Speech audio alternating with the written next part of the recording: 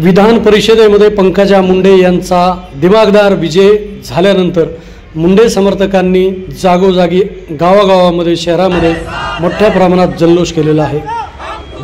मनोज जरांगे पाटील यांच्या मातुरी गावामध्ये सुद्धा मुंडे समर्थकांनी जल्लोष केलेला आहे, आनंदोत्सव साजरा केलेला आहे।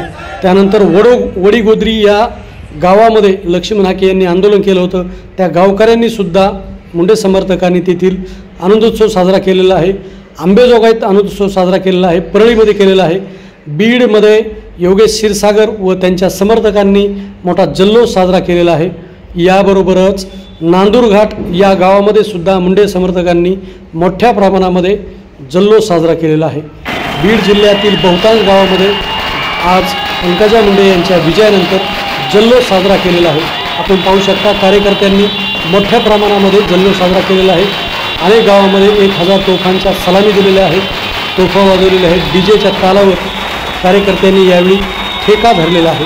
एकंदरीतच पंकजा मुंडे यांचा लोकसभेमध्ये पराभव झाला होता, त्यानंतर तब्बल 38 दिवसानंतर हा विजय झाल्यामुळे कार्यकर्त्यांनी मोठ्या प्रमाणात हा विजय साजरा केलेला आहे।